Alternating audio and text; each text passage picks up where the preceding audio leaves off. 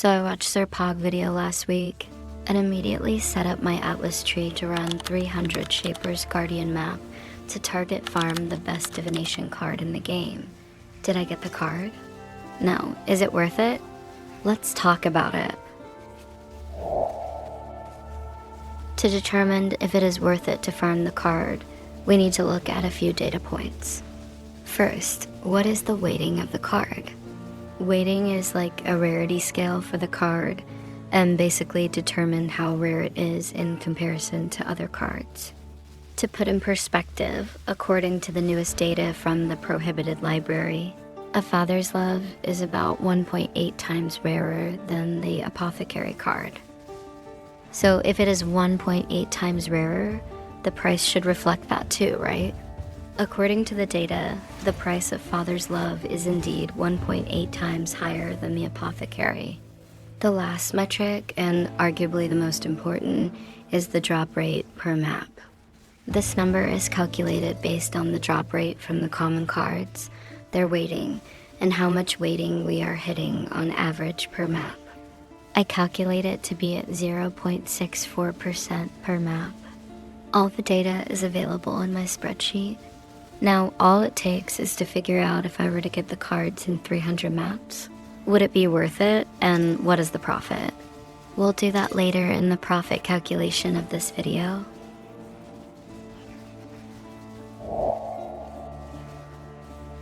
Father's Love is a new divination card that was added to this patch. It is currently the highest value card that can be target farm in the Shaper's Guardian map. The strategy that we'll be using is divination card farm with Abyss and beyond. The majority of our loots will come from the hordes that Abyss spawn. They're like the mini chest. The caster mastery that opens chests when you cast a spell is mandatory for this farm, as you don't want to open them by hand. We are juicing our map with the Divination Maven's Chisel and Twist of Fate Keystone. If you're playing an attack-based build like I am, you can still take Caster Mastery and use the Unearth spell to open the chest quickly. The main mechanics we're focusing on in our Atlas tree will be Beyond, Abyss, Twist of Fate, and map modifiers. The reason why I chose Twist of Fate is because it gives really good maps with high quantity, and we'll be able to chisel our map with the Divination Maven's Chisel and use a Delirium Orb on it as well. The way Twist of Fate works on Shaper's Guardian map is that if the map is not corrupted, we will open the same map. So I'm not sure if it's intended or not, but it works for me. Abyss and Beyond is the core of this strategy due to the sheer amount of monsters it adds, and Edifice Scarab adding a lot of chests to our maps. I'm taking Eldritch Altars for quantity and Div Card duplication. So in the beginning of the experiment, I did 50 maps for each of the Shaper's Guardian maps, and in my experience, the best map is Forge of the Phoenix due to the layouts and how easy the boss is. So I would recommend you run this strategy in the Phoenix Guardian map. We'll roll our map with 4 Maven's Divination Chisels and a Delirium Orb to add more chance to drop divination cards. You should use the cheapest Delirium Orb because we only use them to add a deli layer to our map. The Scarab setup is simple. We're taking 3 Abyss Scarabs, 1 Abyss Scarab of Edifice, and 1 Divination Scarab of Pilfering. The Edifice Scarab is mandatory as it is the core of the strategy, and Pilfering is there to duplicate the card that we get. So if and when we drop the Father's Love, it will be duplicated. In the spreadsheet, I did account for the card duplication when calculating the drop rate. We're running Twist of Fate, so you should take 8% quantity on the map device. Now let's quickly show you how to run the map optimally. As you get into the map, you want to run through the whole map and collect all the altars and ignore the Abyss. We're doing this because we want to collect all the quantity altar before activating the Abyss and getting our loots. In a sense, we're trying to maximize the Abyss. Once you get to the boss, you want to drop a portal just before the boss arena, then backtrack to clear all the Abyss.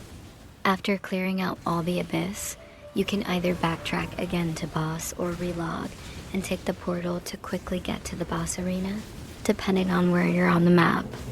The average time for me to clear is around 5 to 6 minutes per map, and in my experience, the Phoenix Guardian map is the fastest. Coming up next is the receipt for the 300 maps that I ran. Honestly, this was a special experiment, and I also leveled from 99 to 100 as well, so I hope you will enjoy it.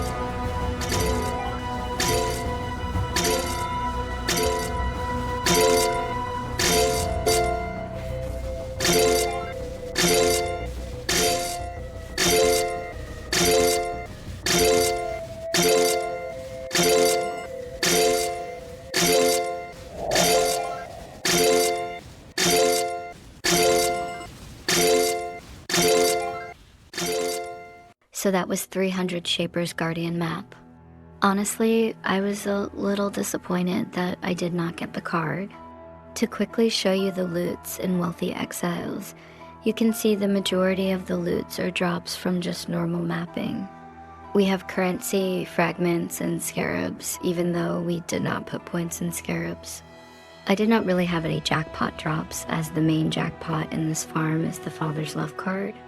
There's not much else to talk about here, so let's get to the profit calculation. The revenue that we got is 184 divines, and let's assume we get the Father's Love card drop once. That would be 140 divines added. This is to help with the verdict later on if it's worth it to farm this strategy. The investment for 300 maps at 6 chaos per map is 10.9 divines.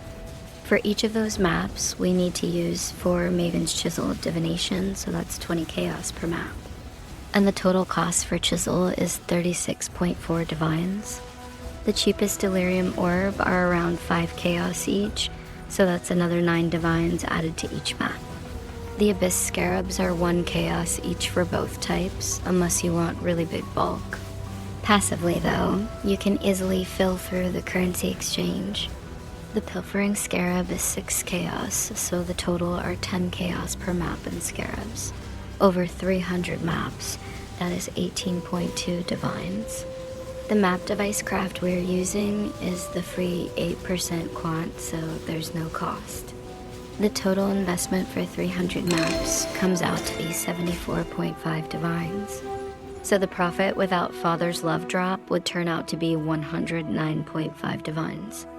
Now, if we are lucky and get the jackpot drops, the profit would be roughly 250 divines over 300 maps.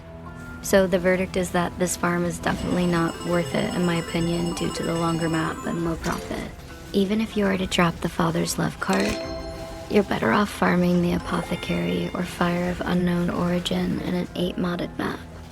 The cards have lower weighting, so you can get them to drop more often to be consistent with the profit for sure.